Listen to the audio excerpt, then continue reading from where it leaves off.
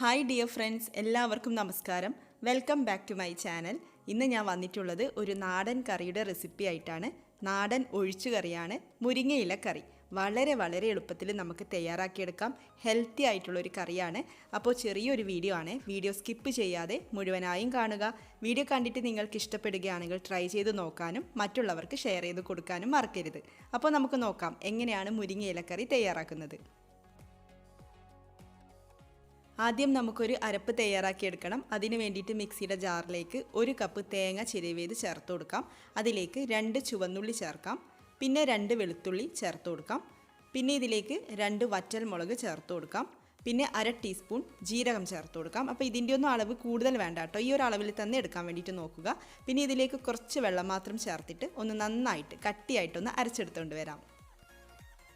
ഇതൊരു നാടൻ റെസിപ്പി ആയതുകൊണ്ട് തന്നെ ചട്ടിയിലാണ് ചെയ്യുന്നത്. ചട്ടിയിലേക്ക് 2 ടേബിൾ സ്പൂൺ വെളിച്ചെണ്ണ ഒഴിച്ചു കൊടുക്കാം. ചൂടായിട്ട് വരുമ്പോൾ അതിലേക്ക് 1/2 ടീസ്പൂൺ കടുക് ചേർത്ത് കൊടുക്കാം. പിന്നെ 3 ചുവന്നുള്ളി ചെറുതായിട്ട് ഇതുപോലെ അരിഞ്ഞിട്ട് ചേർത്ത് കൊടുക്കാം. എന്നിട്ടൊന്ന് നന്നായിട്ട് വഴറ്റിയെടുക്കാം.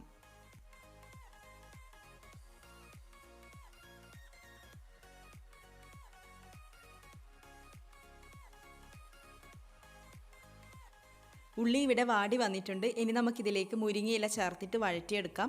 1 തണ്ട് മുരിങ്ങയിലയാണ് ഞാൻ എടുത്തിട്ടുള്ളത്. ഈ ഒരു കറിക്ക് വേണ്ടിയിട്ട് അത്രമാത്രം മതിയാവും. അപ്പോൾ മുരിങ്ങയില നന്നായിട്ട് കഴുകി ആ വെള്ളമൊക്കെ കളഞ്ഞിട്ടൊന്ന് ഡ്രൈ ആക്കി എടുത്തതിന് ശേഷമാണ് കേട്ടോ ഇതിലേക്ക് ചേർത്ത് കൊടുക്കുന്നത്. അപ്പോൾ മുരിങ്ങയില ചേർത്തിട്ടൊന്ന് നന്നായിട്ട് വഴറ്റിയെടുക്കാം. 1-2 മിനിറ്റൊക്കെ മതിയാവും.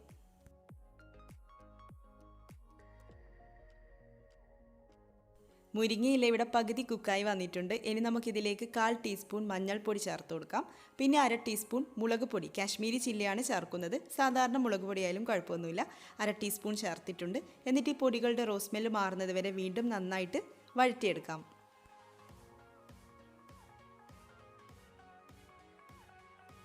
ഇനി നമുക്കിതിലേക്ക് തയ്യാറാക്കി വെച്ചിരിക്കുന്ന അരപ്പ് ചേർത്ത് കൊടുക്കാം. തേങ്ങ അരച്ചത് ചേർത്തിട്ട് നന്നായിട്ട് വഴറ്റിയെടുക്കണം. തേങ്ങയുടെയും അതിൽ ചേർത്തിരിക്കുന്ന ചുവന്നുള്ളിയുടെയൊക്കെ ഒരു റോ ടേസ്റ്റ് ഉണ്ടാവില്ലേ, പച്ച ചുവ, അതൊന്ന് മാറിക്കിട്ടണം. അതിന് വേണ്ടിയിട്ട് മീഡിയം ഫ്ലെയിമിൽ വെച്ചുകൊണ്ട് ഒരു 2-3 മിനിറ്റ് നന്നായിട്ട് വഴറ്റിയെടുക്കാം.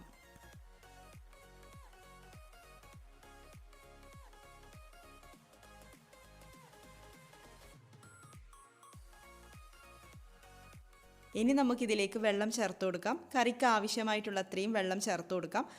ജാറ് കഴുകിയിട്ടൊക്കെ ഇതിലേക്ക് ഒഴിച്ചു കൊടുക്കാം. 1 കപ്പ് മുതൽ 1.5 കപ്പ് വരെയൊക്കെ വെള്ളം ചേർത്ത് കൊടുത്താൽ മതിയാവും. ഒന്ന് നന്നായിട്ട് മിക്സ് ചെയ്ത് കൊടുക്കാം. പിന്നെ ഇതുവരെയും ഉപ്പ് ചേർത്ത് കൊടുത്തിട്ടില്ല. അപ്പോൾ നോക്കിയിട്ട് ആവശ്യത്തിനൊക്കെ ഉപ്പ് കൂടെ ചേർത്തിട്ട് നന്നായിട്ട് മിക്സ് ചെയ്ത് കൊടുക്കാം. വെള്ളം ഒഴിച്ചു കൊടുത്താൽ പിന്നെ നന്നായിട്ട് തിളപ്പിച്ചെടുക്കേണ്ട ആവശ്യമൊന്നുമില്ല. ജസ്റ്റ് ഇതൊന്ന് ചൂടാക്കിയെടുത്താൽ മാത്രം മതിയാവും. കൂടുതൽ സമയം തിളച്ച് വരുമ്പോൾ ചിലപ്പം കറി അങ്ങ് പിരിഞ്ഞു പോകാൻ വേണ്ടിയിട്ട് ചാൻസ് ഉണ്ട്. മാത്രമല്ല മുരിങ്ങയിലയും ഇതുപോലെ കൂടുതൽ സമയം കറിയിൽ കിടന്ന് തിളക്കുമ്പോൾ ചിലപ്പോൾ ഒരു കയ്പ്പ് രുചിയൊക്കെ വരാനും ചാൻസ് ഉണ്ട്. അപ്പോൾ അതുകൊണ്ട് ഇതൊന്ന് ചൂടാക്കിയെടുത്താൽ മാത്രം മതിയാവും. കറി ഇവിടെ ചൂടായി വരുന്നുണ്ട്. ഇനി നമുക്ക് ഫ്ലെയിം ഓഫ് ചെയ്ത് കൊടുക്കാം. അപ്പോൾ വളരെ എളുപ്പമല്ലേ തയ്യാറാക്കാൻ വേണ്ടിയിട്ട്. പരിപ്പ് ചേർത്തിട്ട്, പരിപ്പും മുരിങ്ങയിലയും ചേർത്തിട്ടൊക്കെ കറി തയ്യാറാക്കാറുണ്ട്. അപ്പോൾ അതിനേക്കാളും സിമ്പിളാണ്. ഇത് വെറും മുരിങ്ങയില മാത്രം ചേർത്തിട്ടുള്ള കറിയാണ്. വളരെ ടേസ്റ്റിയാണ് കേട്ടോ. അപ്പോൾ നിങ്ങൾ എന്തായാലും ഒന്ന് ട്രൈ ചെയ്ത് നോക്കണം. ട്രൈ ചെയ്ത് നോക്കിയിട്ട് നിങ്ങളുടെ അഭിപ്രായം കമൻസിലൂടെ അറിയിക്കണം. ഇതുപോലുള്ള റെസിപ്പീസുമായിട്ട് നമുക്ക് വീണ്ടും കാണാം. താങ്ക്